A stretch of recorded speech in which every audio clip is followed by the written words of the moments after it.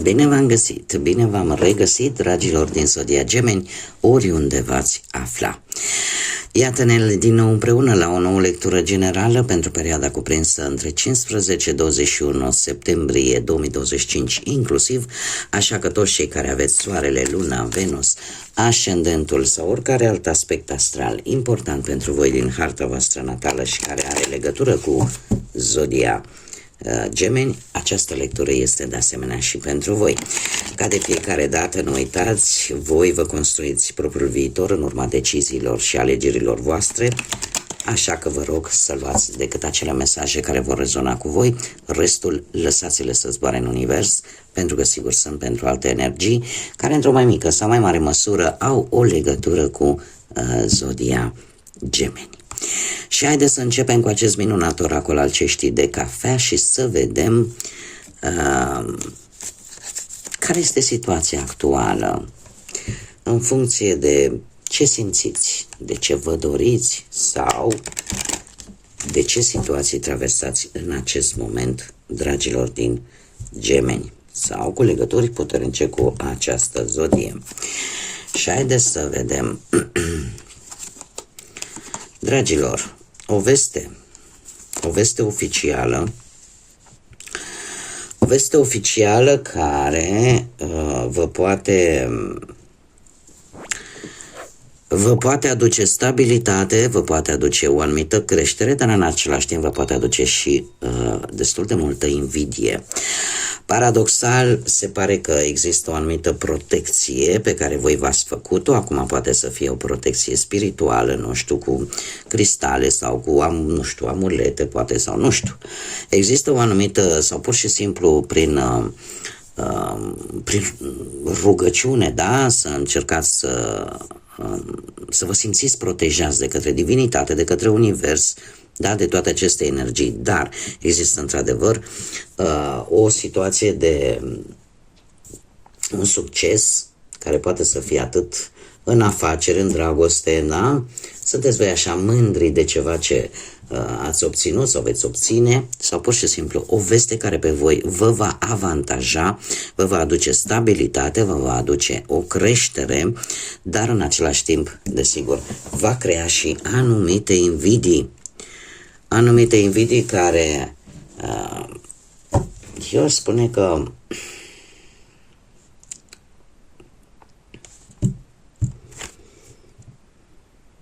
cred că mai degrabă ar trebui voi să vă protejați împotriva acestor energii.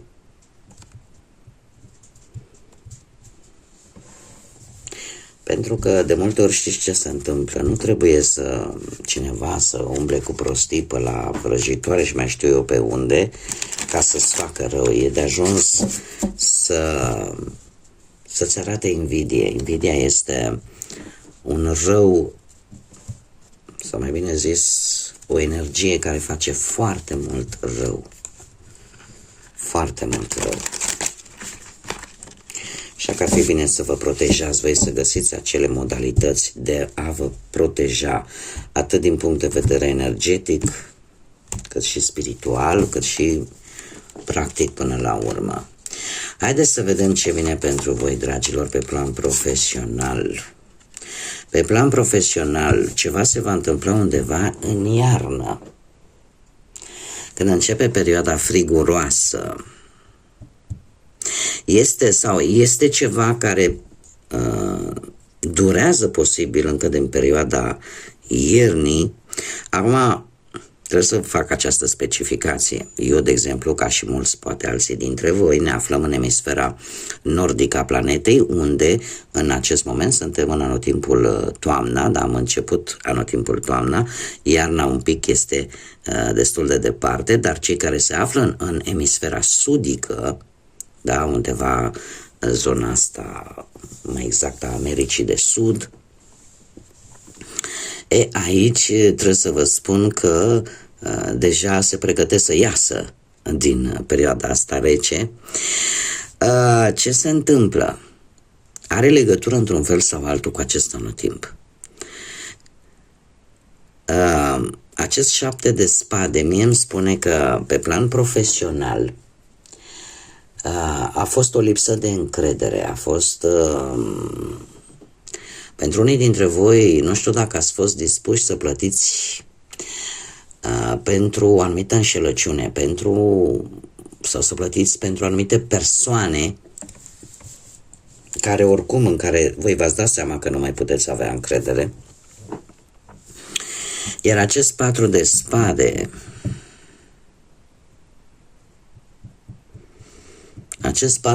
este foarte interesant că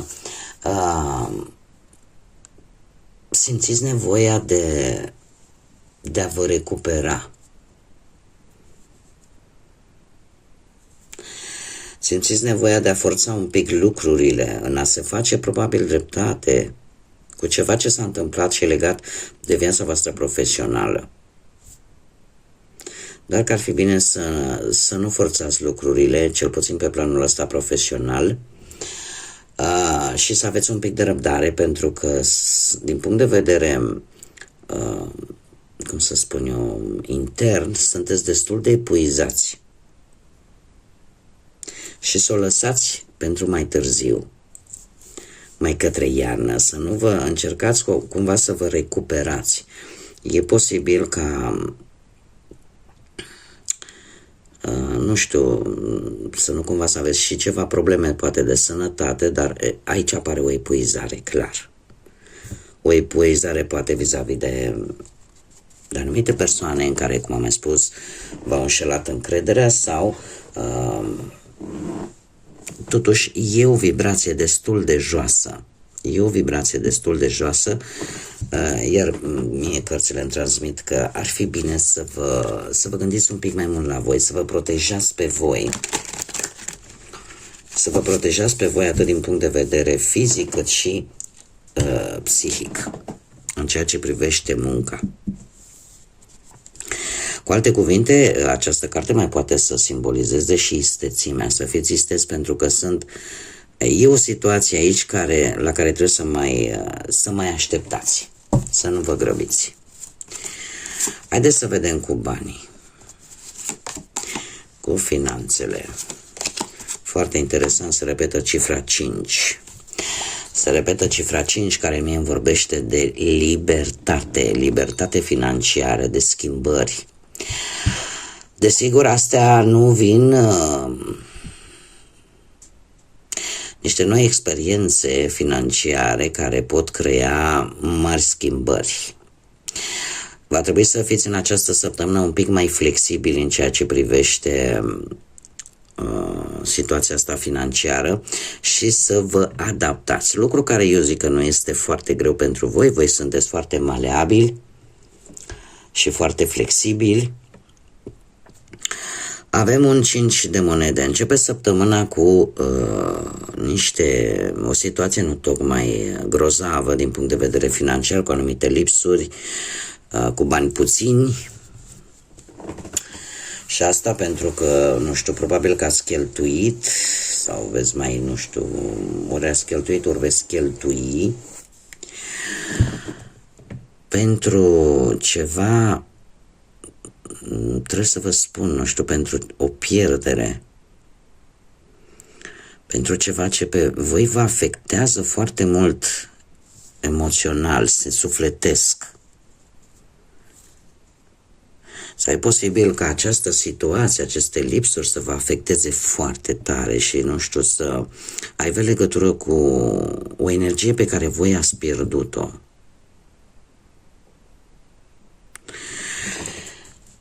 Este acest 5 de cupe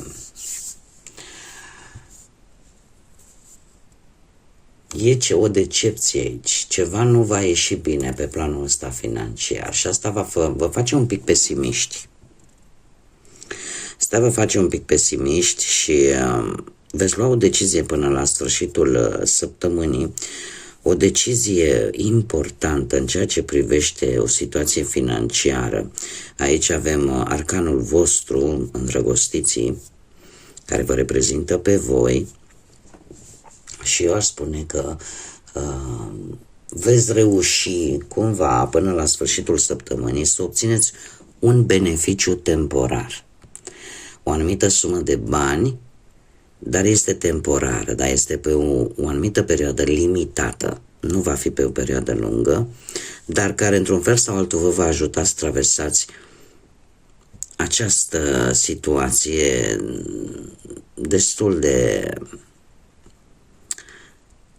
de nepotrivită pentru voi, destul de negativă.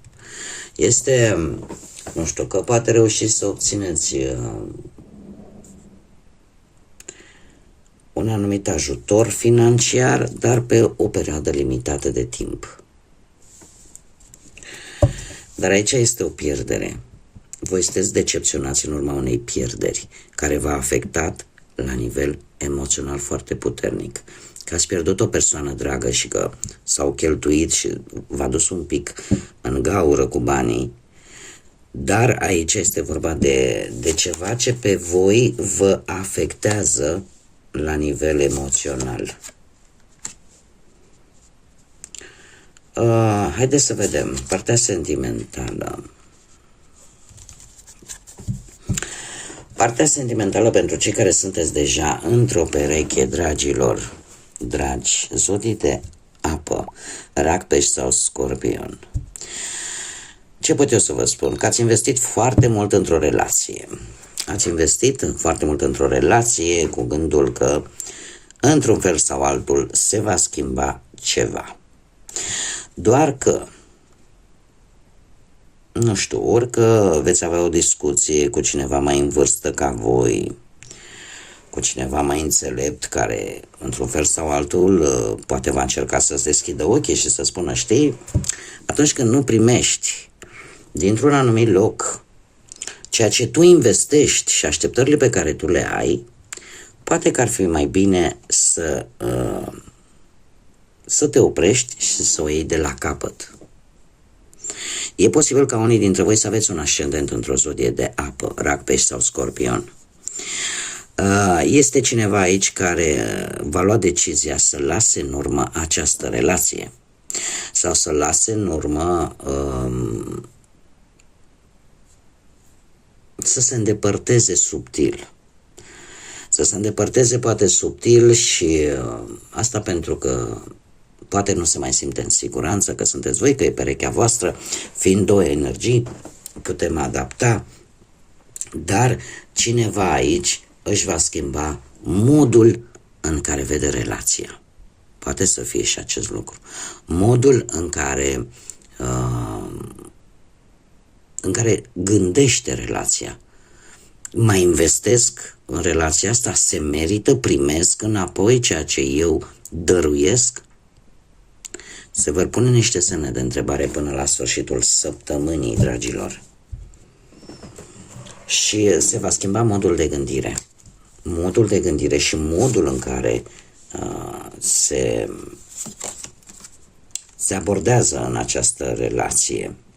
Cei care sunteți burlăcei și burlăcițe și sunteți singurei, dragilor, hei, voi trebuie să vă spun un lucru. Există aici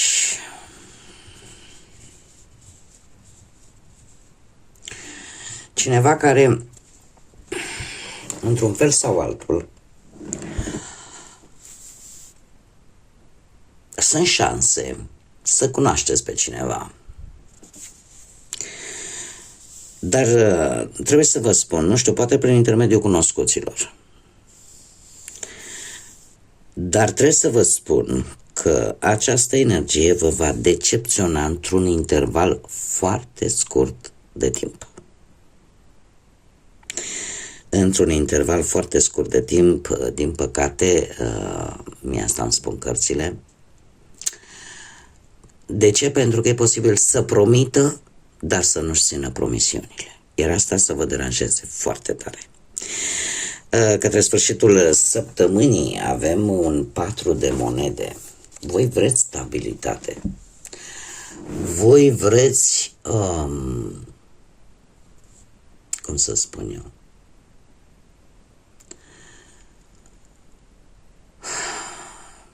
vreți acea această abilitate care nu implică foarte multe riscuri.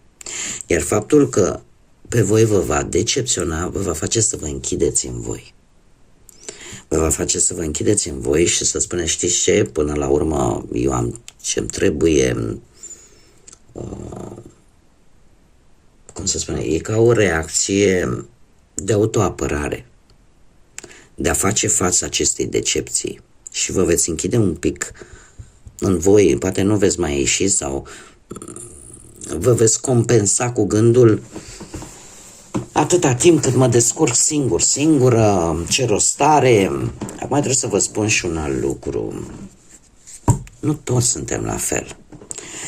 Și așa cum bine îmi place mie să o spun, încrederea nu vine din fabrică, încrederea trebuie demonstrată. Iar dacă acest lucru se întâmplă, că cineva promite un lucru și nu se ține de cuvânt, eu ar trebui să vă bucure lucrul ăsta paradoxal. De ce? Hai acum, nu să vă bucure să săriți în sos de bucurie, dar să vă dați seama că universul nu permite ca această persoană să te rănească mai târziu pentru că este mult mai complicat. Cel puțin vezi care este caracterul încă de la început, ceea ce este un bonus, ceea ce este un câștig. Voi nu trebuie să vă închideți în voi, trebuie să rămâneți deschiși, pentru că nu toți suntem la fel construiți. Haideți să vedem ce mesaj are grădina magică pentru voi, dragilor. Un mesaj te rog pentru dragii mei din Gemeni. Haideți să vedem.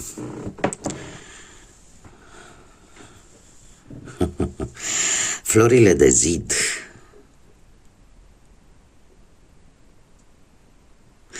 Este foarte interesant. Urmează, acest mesaj de fapt spune că urmează creanga principală și în felul ăsta vei găsi drumul către ieșire, vei găsi ieșirea.